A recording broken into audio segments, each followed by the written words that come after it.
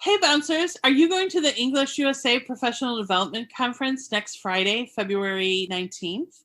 Me too! I am presenting with Caroline McKinnon from Felt NYC and also from episode 4. We are going to be presenting on trauma-informed principles in language learning. Our talk takes place at 4 p.m. Eastern Standard Time. Check us out. It's going to be fun and interesting and cool, I promise. If you haven't registered yet, you can register at EnglishUSAPDC2021.org. Hope to see you there. It'll be awesome. Bye.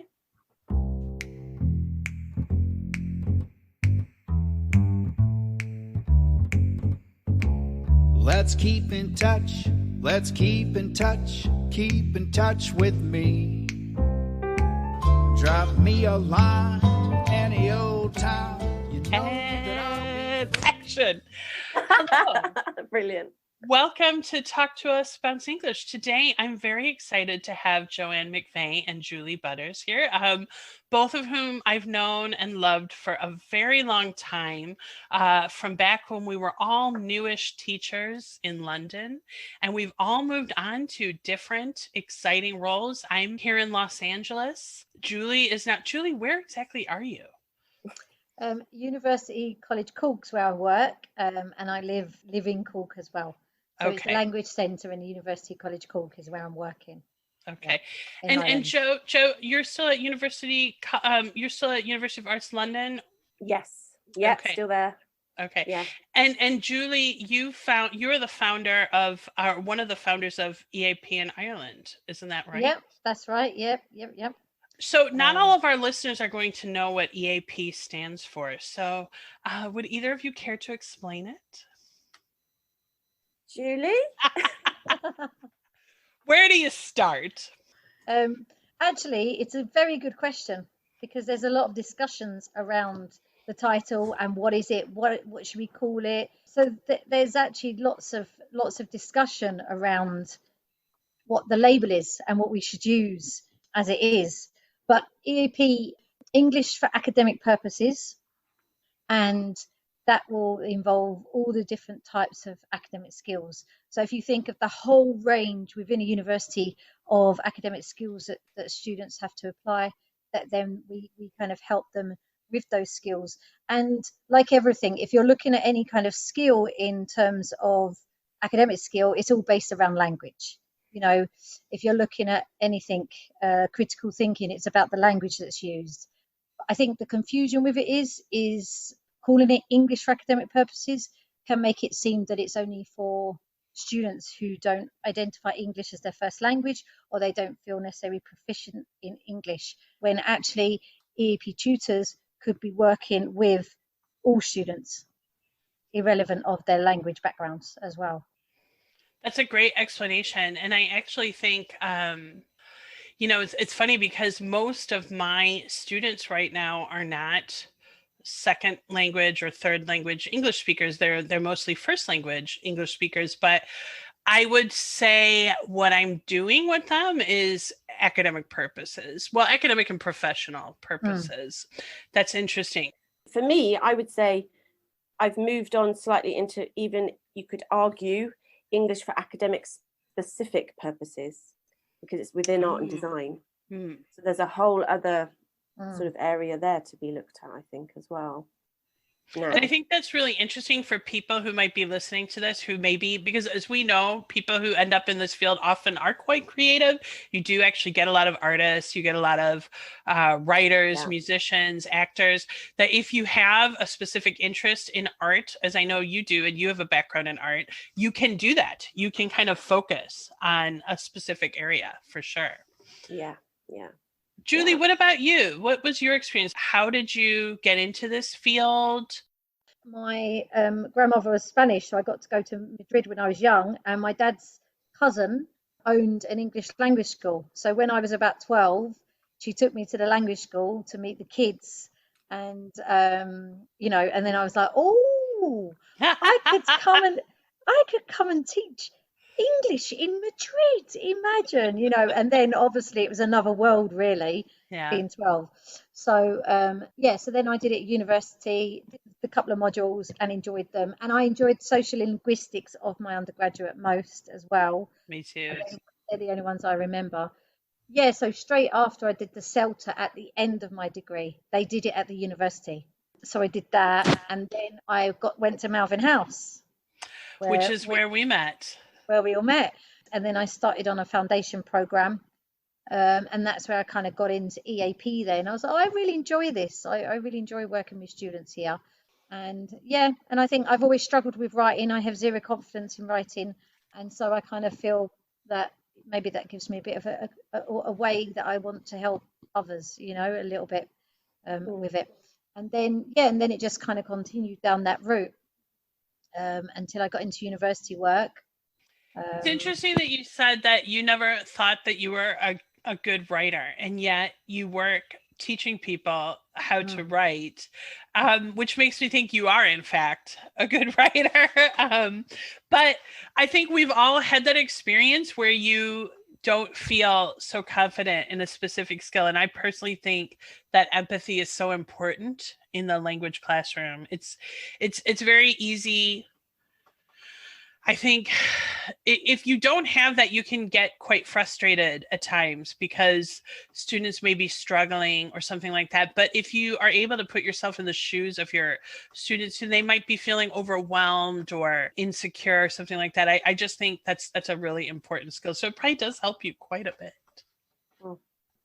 So let's talk about this year. How has this year been? I'm really curious. And another reason I thought it would be fun to interview you guys both at the same time would be to contrast your experiences, even though you are actually so close. You're separated by just a little bit of water. And I'm really interested in hearing about how those experiences compare or contrast.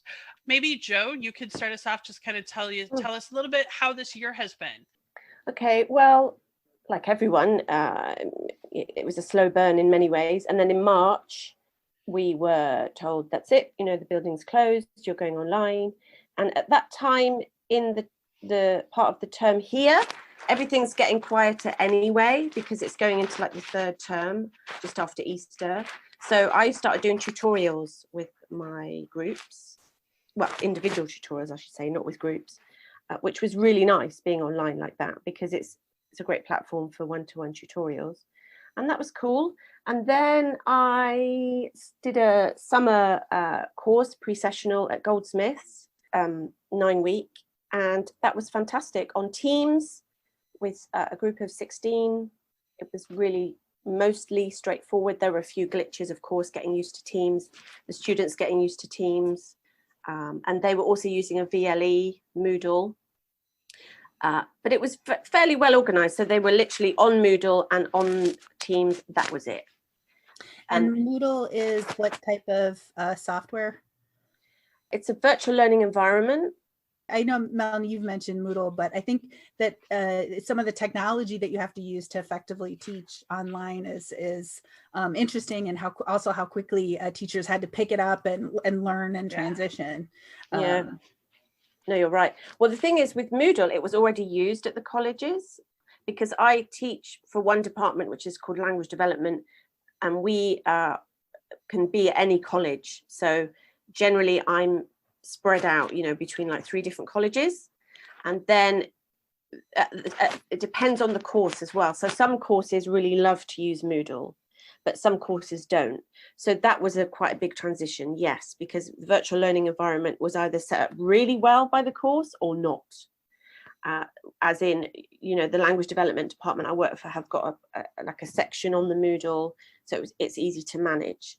That's at UAL. At Goldsmiths, they just sorted it out pretty quickly. Moodle, off you go, because it was just for the summer course, and students adapted really easily to that. Since I've been back at UAL, it's been a bit more of a bumpy ride. As I say, because of the other courses not all using the same type of sections, they want to do it a different way. They don't want to use this, they want to use that. And in particular, design courses, which is something I'm familiar with, having studied graphic design. So it's been a really interesting, I don't want to use the word journey, insight into how, you know, designers look at this stuff as well. So a graphic design course, for example, really make the most of it, whereas a more practical course are a bit sketchy because it's not, you know, they don't want the students online really, they want them to be making and in the studio. Yeah, so that's been interesting, you know, finding out how to adapt, not just what I'm doing, but how the students are responding to that, how they manage it, because there's a kind of a perceived idea that students will take to it like that, and that's not always the case. Oh, you know. I think that's definitely not the case. I think Yeah. students are experts in social media, but they're Yeah. not experts in various types of software platforms that you have to use to teach online. You have to spend time training them, and you Yeah. have to do it on low stakes activities that aren't going to be worth a grade, because that will just stress them out, and it's also not fair. But No. I think that's a big mistake. You, as a I mean, I'm 47. I could be the best expert in the classroom at that stuff, even though my students are much younger and can probably figure out some of that stuff more quickly than I can. But yeah, I think that's really true. Yeah. And many of the students that I have are just trying to work out the virtual learning environment, let alone everything else, like you say. So yeah, that's true. So throughout the year, certainly now it's December, certainly at Goldsmiths things happened quicker because it's there's more of a motivation for students to get on with it, whereas you know, first year BA students, they're slowly getting used to everything. Yeah, man. So you know, it takes I really them a feel while. for those guys. I know. And then also what's been really interesting, especially the last few months, is many of my students are in China. So, you know, VPN problems or Wi-Fi problems, not being able to have a laptop. So some of my students have just been going to a cafe with their phone, so they can't really get too involved in activities, which is, you know, but that's kind of the deal. That's okay. But, you know, overall, I'd say, yeah, it's been interesting for me learning the technology and also seeing how the students adapt to the technology. And it's, you know, I've enjoyed it. I can't say I haven't, because I have. That's good. Yeah, no, I like it too. I miss the face-to-face classroom, but I will say I love the commute. The commute is great. Oh yeah, the best commute in the world, right? It is. Julie, what about you? I'm wondering how your experience compares to Joe's. I was just going to actually ask Joe. One question. No, go for it. What about the attendance of in-sessionals? Have they kind of increased? Yeah, bizarrely. Has attendance been better? Attendance has been quite phenomenal compared to previous, you know, face-to-face teaching years. However, I mean, I don't want to keep doing a downer, but there's always a downer. However, sorry about that. But there's an element where students are coming in and they're sort of there, but you don't know if they're there. Oh yeah. Oh, yeah. They come in and then they turn their camera off or whatever. I actually saw a cartoon that I think really speaks to this. Was someone visiting Santa. Santa says, "Tell me what you want for Christmas." The person says, "I want a dragon." Santa says, "Be realistic." And this person says, "Okay, I want my students to turn their cameras on for class." Santa then says, "What color would you like your dragon to be?" Because they're not going to turn the camera on. And when they do, I don't know. I mean, at the beginning of lockdown, I had students who were literally lying in bed with a mask hanging around their neck for our class, and also their shirt off. That's not really something I want to see in my class, to be honest. But that's just me. Julie, what about you? Tell us a little bit about your experience this year. Well, there's kind of what was very lucky about our situation at the Language Centre in Cork University, UCC, University College Cork, so I'll call it UCC. So we're very lucky situation is that literally a year and a half ago, we got a director for the department, the first time in the life of the Language Centre, that things were going to develop, everything was going to be developed, you know. Finally. They had big plans. Yeah, they had big plans. They and we all know where that comes from. I think it comes from people that genuinely want to help others, and then it does come from a money-making as well. And so December, 11 of us were made permanent. So when March hit, so many people we knew lost all their jobs, and so many within the university as well. So we were super lucky. But what kind of happened is we're in a stage of development. So suddenly everybody's working on these new programs and everything's moving online and everything's go, go, go, go, go. There's develop. We can't stop. We can stop. Actually, it felt like it ramped up the development. Yeah. And I don't know whether that was kind of an invisible pressure that, you know, obviously our director's under, you know, that, okay, we need to make this, you know, we still have to keep going here because we've got to make this successful. I don't know. So it actually went like we shut down on the Thursday, and the Monday morning we were teaching online. Wow, straight away. Intense. That's same. Using Teams. Yeah, it was so quick. It was so quickly. Ultimately, now looking on it, everyone was so stressed, and it was very wrong. It was very wrong in terms of what the teachers were experiencing. Just even a week, or just even 3 days, or just start on the Thursday and give people a bit of time. But anyway, everything's in hindsight, and everyone was just trying to do their best, obviously, but still. And then we basically ended up, 3 of us, creating a whole new pre-sessional for the first time ever. That's insane. Wow. In about 2 months, wow. And as we went along. You must have been so busy. Before that, we were retesting students because they accepted the Duolingo test, which is an online test. And the Language Centre got asked because our directors built up a lot more relationships with the university, so they kind of trust us and were asking us. So we had to create a test to check students' Duolingo, like a double check, you know, for a bit of security. Wow, that's interesting. Yeah, but I think you need that with Duolingo. Actually, that's been my experience. I don't know how you. Yeah, we looked at the test and we were like, let's just check them. You know, we can check their speaking. Anyway, we could try. But the thing was, the 3 of us that were doing the pre-sessional were given that job. So we actually, it's all in hindsight. We did that. We spent about 6 weeks on that test and doing all of that, and then realised we had like 6 weeks to get a whole pre-sessional together. Oh my gosh! Now my colleague who's coordinating the pre-sessional had been doing stuff over the year, but March, like she'd done some bits, but we were really going to get stuck into it. Like I was going to help her with it, you know, and so we were doing it as we went along as well, you know. So and we were teaching. We were doing the 3 hours they decided to do. I was teaching like 15 hours a week as well as creating as we went along. Wow.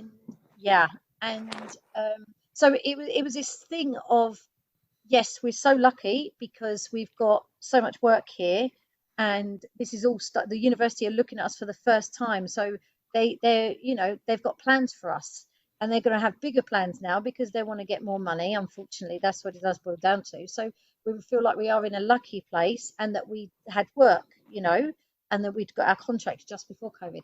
However, for the first time in my career, I absolutely crashed at the end. I've never experienced burnout. I was getting to the end of August, and like I say, I couldn't. It wasn't that I was working late nights or the weekends, because I wouldn't do that to myself. But it was the intensity. It might have been 8 till 6. I was just like this the whole time, non-stop, like literally from 8 a.m. till 6 p.m.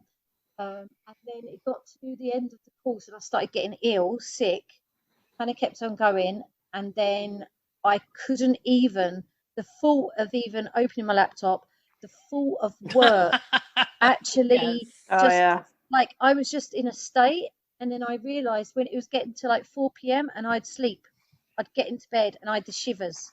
Yeah. Wow. And that went on for 2 weeks. The first week I was like that. I had a COVID check as well. But it got to Friday on the first week, and I said, the doctor said, anyway, I'll sign you off for another week. I've never been signed off for 2 weeks at work. And I said to Emma at the end of the first week after being sick, on the Friday, I said, I cannot even think about going back to work. That is pure burnout, because it was just my brain, everything. I've been there. So I never experienced it, and I would not ever experience that. I could not let myself get to that stage. So what happened then? Come back, and I hadn't had a holiday. I'd been sick for 2 weeks. That was my time off. Anyway, the beginning of semester's quieter for our general English side, but we were running some, again, new courses and things, and we've got a lot of in-sessional. So again, good work to keep us all going. But I was coordinating stuff for the first time. So it started again. It was, it kind of, the coordinating, the new job, the new role, and marking, everything got on top. So what happened was, I got to a stage where my partner as well was like, no, you can't continue like this. And I said, no, I need a.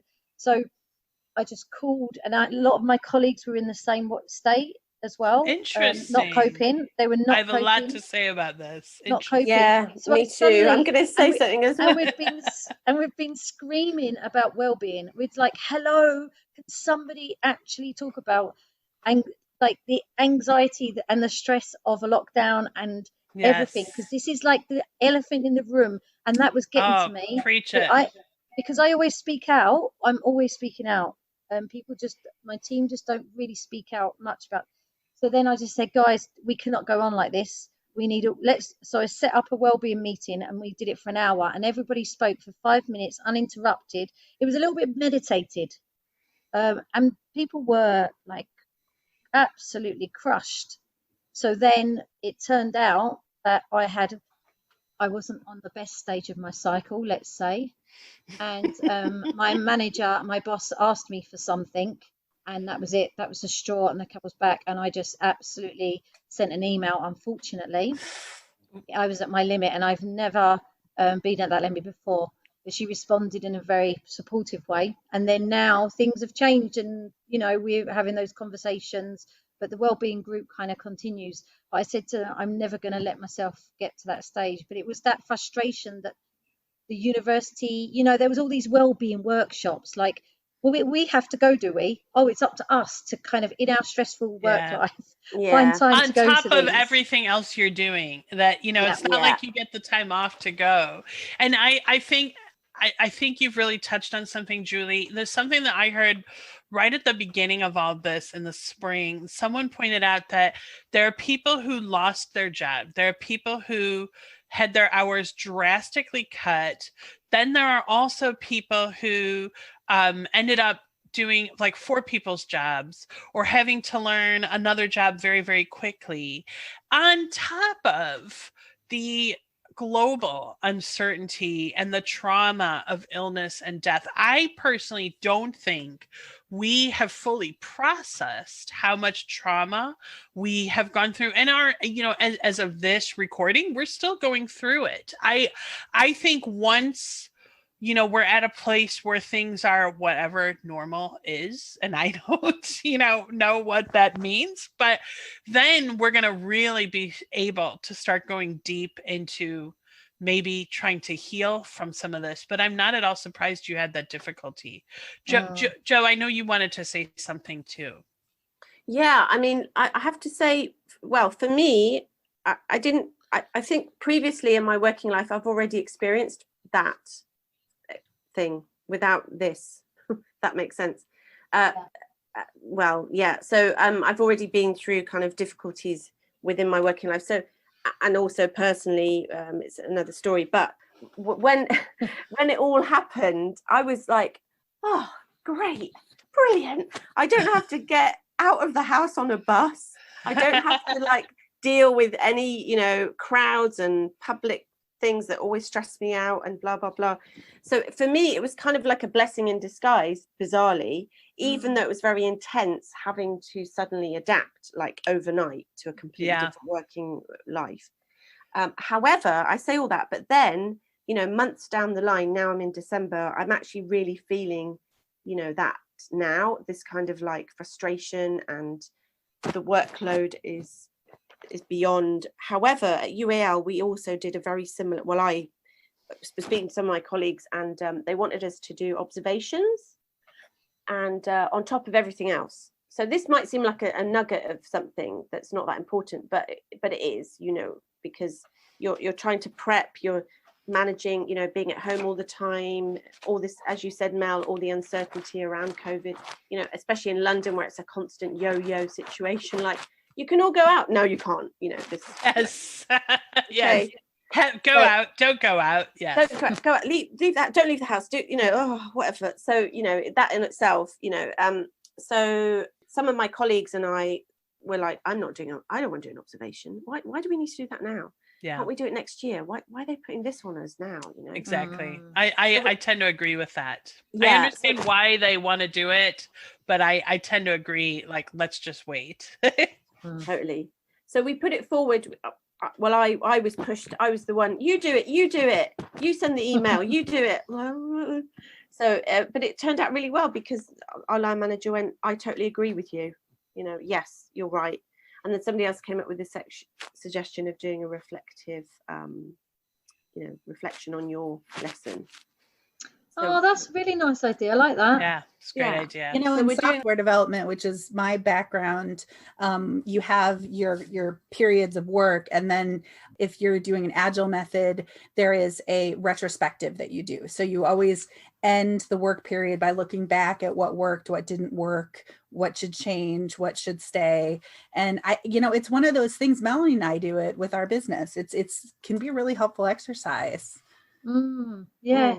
I like that idea. Yeah, me too. I think that you then, because that's what they might want to see, really, don't they? Reflective professionals, reflective practitioners, and that reflection's coming from them, and you've got areas to work on or develop, or that awareness is what you need to show. That's a good point. Yeah.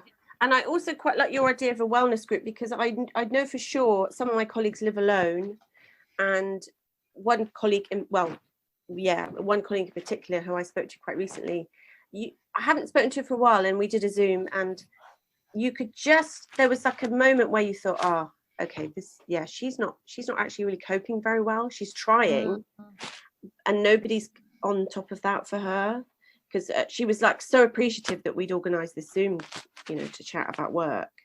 And as I say, nobody's spoken to her really properly for months. And I thought, wow, this is quite like she really needs some support here.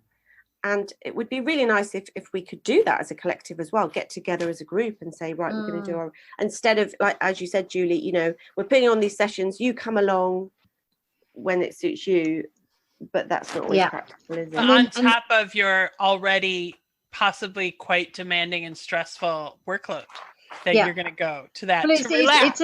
It's a classic.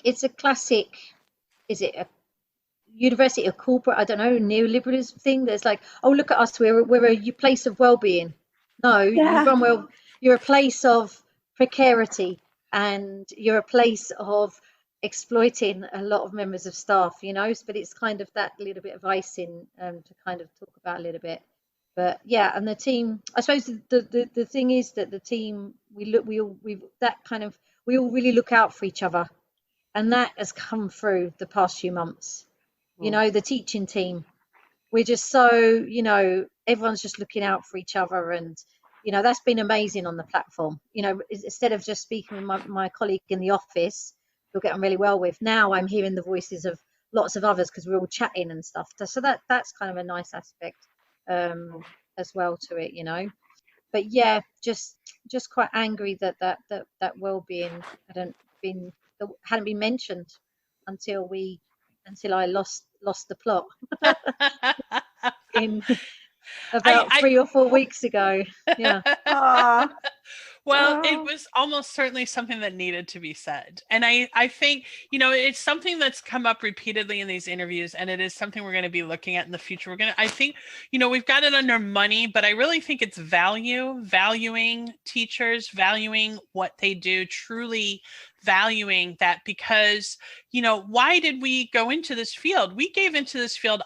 We went into this field. For me, I went in because I think I'm a creative person. I like to create different things. I also really love to give, and I'm very personable. So, I think when you go into a field like that, you're just constantly giving of yourself. And so but there needs to be some sort of return for you, and particularly at a time like now when we really need that support. And I mean, everybody has gone through a really difficult period. I don't want to minimize anyone's experience, but I do think that teachers have gone through an incredibly difficult time. And as a teacher, I'm really interested in supporting them if I can. So I want you to know, if you're listening to this and you're a teacher, we support you hugely, and we think you're awesome, and we think you deserve all of the nice things. Yes, I second what you say, Melanie. Teachers are the best. Thank you. Yay, we're the best. So now I want you guys to think about the future. What you think, the next 6 months, the next year holds, or further for the industry. As I've said to a number of people, I think this has been a really difficult year, but at the same time, in my opinion, is that this industry needs a kick up the bum. It needs to move with the times. I mean, I always laugh that my first lesson in 2002, the listening was with a tape recorder. Like, come on, like what decade are we in? That to me is so indicative of this field sometimes in general. So I'm really excited to move forward and to modernize this industry, which is again a reason why I thought this would be a fun thing to do. So tell me a little bit about how you see the future.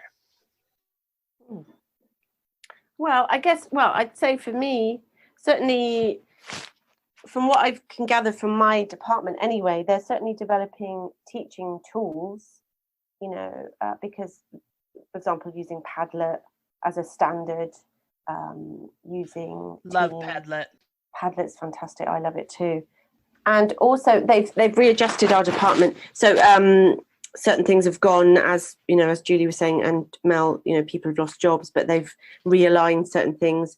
I mean, that's a whole bureaucratic number that I'm not involved in. But anyway, that's to cut costs. But in terms of the industry, I think, definitely development of teaching tools is a big way forward. And also embracing the online in a way that means it's a positive, not to lose it, because we've all had to use it in such a short space of time. We've all had to develop our own knowledge very quickly. And I think it would be good to keep that going, to advance that. And also for departments to start to say, okay, we're going to have 2 days in a building and then the rest of the time online, or vice versa, or whatever, And I think that will happen. It's going to happen. Certainly where I work, that was talked about anyway before all of this, being online, doing online tutorials, say, for example. So tutorials can work really well. But even groups, we've done it now. So why not? There's advancement to be made with this. And I think it can only grow and develop into something quite exciting, really. I hope. And investment. Universities have to invest a lot more in what we do, I think. I think so too. Obviously. Yeah. I do. Yeah. And that's it. That's kind of, yay online. Yay even online. Though it's not the site, even though it's not the same at all. And sometimes it is really frustrating. And there are certain elements that just, drive you crazy. And you're like, I so wish that student was right next to me right now. I could just talk to them. I could look at their work. I could blah, blah, blah. But, that's. And that happens in a face-to-face classroom too. I mean, exactly. You turn up and the photocopier is not working, or you get in there and there's a problem with the room. I mean, those things happen whether you are in a physical space or an online space. That's my opinion. Yeah. I'm overall excited. I think it definitely opens way more opportunities and possibilities than it limits. Of course, I miss the vibe, I guess I would say, since I'm in California. I miss the vibe of being with a class that you really bond with and you have fun. And I definitely think that you have more spontaneous discussions in your class when you're in that physical space. But there are huge advantages to online. What about? No, I was just going to say sorry, Mel, that's the only thing. Yeah, the rapport. That's one thing, and as I think you said it earlier, that's part of the joy of doing what we do, is that rapport you have with a group. Yeah. Especially if you teach them over the whole year and you get to know them, and you find out all their little sort of habits and who they are, and you get to know a little bit about their life. And That's Even little things like the student who always brings the same snack every day that they have in their class or something like that. Like you just miss those little moments, or the way that they kind of chat together before class and like who's little buddies with who. It's fun. yeah. It's funny, that's exactly what I struggle with now. Like I feel like I'm always in action, like, oh, there's aims here, or let's get this done. It's that, when everyone's getting on with something and you're just having a little chat with a couple of students on the side, and you're like, how you going? You're right. Oh, did you do? I haven't worked out how to chit chat online. I haven't really. I feel like I'm constantly I might have a little bit, and then like, oh, we got to get going because they're here now for a lesson, and I feel like I'm definitely a lot more in direct teaching action, a lot more online than in the classroom. That's a good way to put it. Direct. I feel a lot of pressure when they turn up to make it worth their while, because maybe that's it then. Yeah, I don't know what it is thinking about it now. What do you think the future holds, Julie? I never thought I'd have to learn about chit chat. I tell everyone my life story usually, we were just walking on the beach or at a bus stop. The future, I think the future in terms of like, again, being very lucky that we can work at home. So there's people that will never be able to work at home, Yeah. So I'm talking from a very privileged position, that for me it will be the ultimate. Like when I've been at work, 3:00 in the afternoon thinking, oh, I still wish I was in my gym jams, it's dark. I have been in my gym jams on some days at 3 p.m. So if it's going to be mixed in the future, which I think it will be, we won't have to be in the office just to be in the office, hopefully. Hopefully. I think that mix is going to be ideal, definitely, for myself. And I think for a lot of people that will hopefully keep motivation, and again about well-being and all that. I think training is definitely needed, what Joe was saying with all the teaching tools, because I feel like I am I've moved from the classroom to an online platform, but I'm not teaching in an online way, because digital way, I don't know how to teach digitally, if that makes sense. No, it does, and I think a lot of teachers will recognize that feeling. So I don't really know, I couldn't say I'm an online teacher. I'd say, I've moved to teach online, but I feel like this whole year's been emergency teaching, even now, even the second term, which obviously has been less filled with upheaval in general, but we're still sort of figuring it all out. That's really what I think. Emergency teaching, that's it. So that so there's got to be that training, because at the university people have been told you're doing a hybrid. So they go into a classroom, they have some people at home, they've never ever, they don't know how to do it, they've never done it, and they're not given any training, so it's this, again, it's university matching the talk, you know what I mean, by saying, oh, we're a digital space, so we're a digital learning environment. But really, are you, so I think that willingness to train is, and I know it's something that we're definitely standing our ground in saying, well, if you want, we're going to have training before. If not, I'm just going to continue as I'm continuing. And I think, I don't know, like I hope that there's been a bit of a check-in of people who have been overworked for a long time and have now got to their limits, and saying, no, it's that bit of standing up a little bit, because people have got to their limits, that there's going to be a bit more of a voice, but the voice for the people who are still in precarious situations, because I think it's kind of shown its true colours. COVID has shown the true colours of all the inequalities that surround our workplaces, and they're evident, they can't escape them. And there's more talk about racism at our college, because I know that was a separate issue, Black Lives Matter, but still I don't think it is separate. I think it's very intertwined with everything we're talking about, and certainly in English language teaching. And just all the injustices that surround it. So I'm hoping that those conversations will continue in the future and get stronger and stronger, and especially about precarity, because so many people lost their jobs just overnight in the university, who'd worked there for many years. I'm hoping that will get stronger with it. But I think the biggest jobs for universities are going to be training. Like our university is very traditional. It's very academic and very traditional. It's the most academic traditional place I've worked in. So moving from the University of Arts, where everybody was outside the box, you know, and I felt very wooden and inside the box sometimes working in the University of Arts.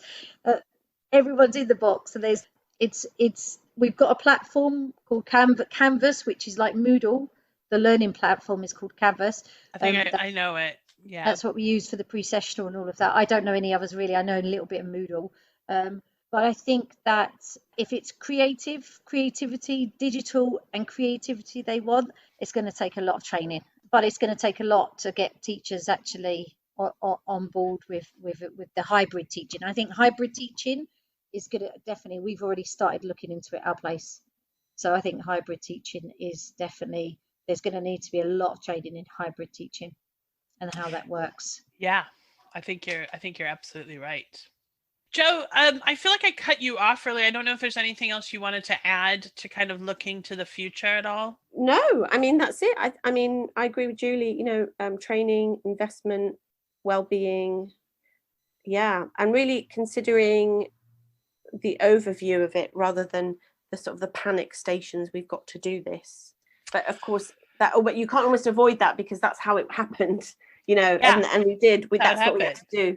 We had to do it. So, but I think now time's passed, so we can reflect on that and go, okay, now we know where to go forward. So yeah, moving forward out of the panic, you know, we can't stay in this. There's going to have to be some long-term approaching. From panic to pedagogy. You've just given me a book title. Thank you so much. That's great. One more thing actually need to really re-look at is assessment, because there was this huge panic about students cheating, and there's one comment recently where someone said, oh, you know, when everyone's back on campus, we don't have to worry about this. I said, well, maybe we need to change the assessment as well then, you know, if, you know, we've got to completely relook at that as well. I think there's a zero trust in students, and I think this is highlighted a lot of it as well.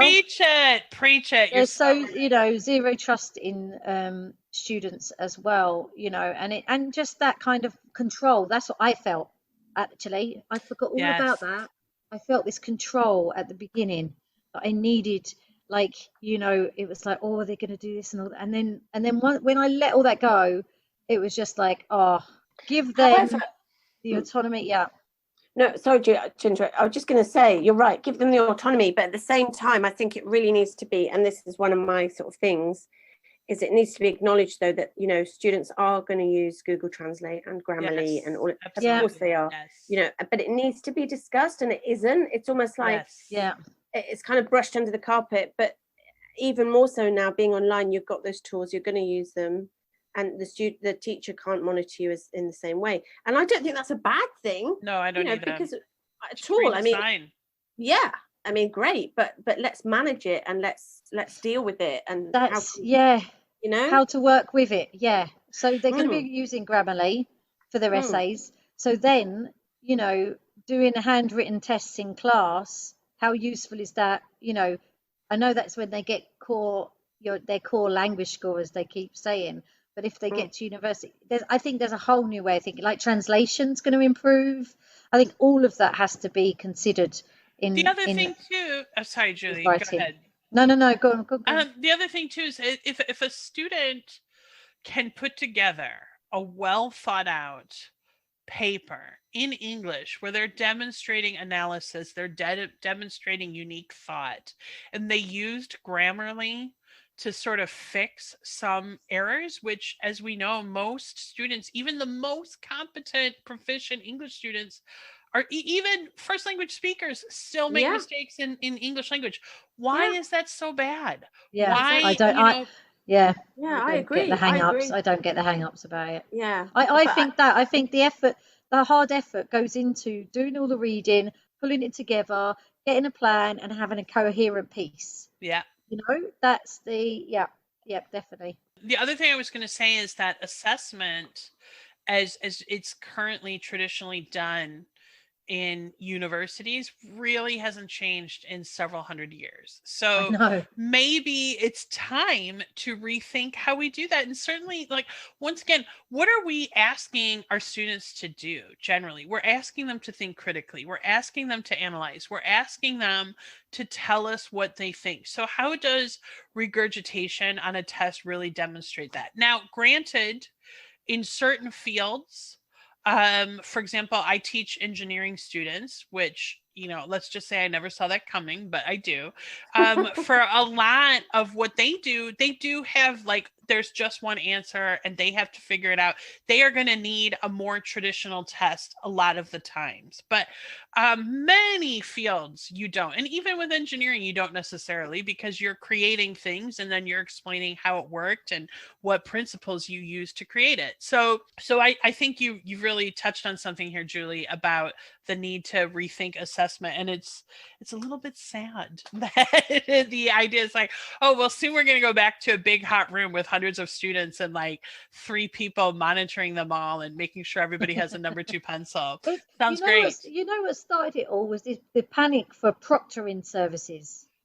When we were doing the pre-sessional and we were kind of creating the assessments and this assessment check, it was all discussions, a lot of conversations that was about the security, proctoring, security. And it was just a bit this is policing. Why are we focusing so much on this? There's got to be a different way. I don't know what, I don't know how, but that's when I started really questioning it,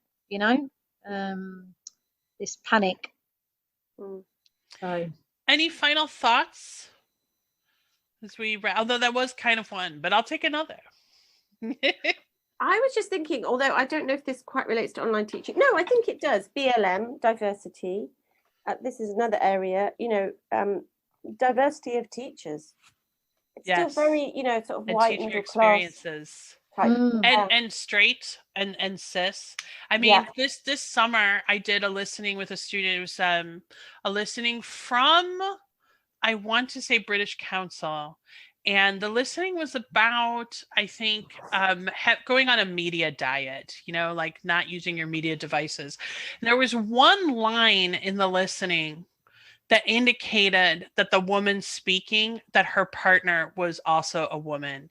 And that is the first time in almost 20 years that I've come across any language learning material like that wasn't taboos and issues, homosexuality or something like that. That's amazing to me. It's 2020. Once again, I say let's move with the times. Let's come to the modern world. Why not? Yeah. There is that, isn't there? I got very interested since I was doing a social justice project and with the Black Lives Movement and reading more. So I've got really into about academic writing being so white.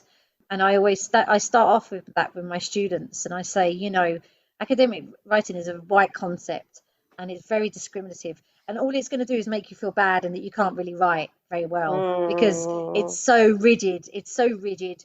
And what did you say at the very beginning of this conversation, that you felt bad? I know that you can write really well. That's probably why I go like that as well. Me, and it's so like that because I've got an insecurity about it, and that's how I deal with things. So then, but you're right. You're right. But that diversity definitely. That's kind of been going along this year as well, isn't it?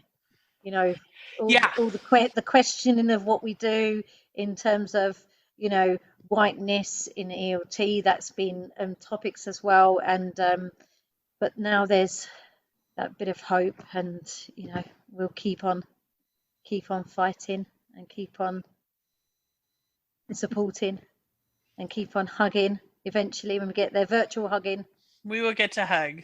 Yeah. Earlier, another interviewee we spoke with said, ESL, it's a very huggy industry. It is. And that really attracts huggers. Melanie is fond of saying, Zoom is great, but you can't Zoom a hug. You can't replicate a hug. That's I just really feel there's something. There's so much you can replicate, and there's so many more things you can do via Zoom, but there are some things that you just cannot do. You can't share a pizza with your family over Zoom. I mean, you can, but it's not the same pizza. So. One lasting comment that I saw on Facebook I liked was, I never thought I would be wearing my Christmas gift slippers from last year for 9 months, 16 hours a day. I'm never going to take slippers for granted again. Yeah. Yeah, but I actually think in some ways we will miss this time. We definitely will. Oh, look. Here's an example of that. They look solid, Joe. They look solid. Oh, It those Very are well nice. worn. Well, guys, I just want to say thank you so much for taking the time to talk to us. This was a really wonderful conversation, and it's so nice to spend some time with friends and talk about things that I think matter and are important, and I hope you do too. So thank you. Thank you. Thank you so much. Thank you. Great Thank to you. both of you. It's so interesting. Thank you. Yeah. Your big old crutch. Come on, baby. Let's keep in touch. Come on, baby. Let's keep in touch.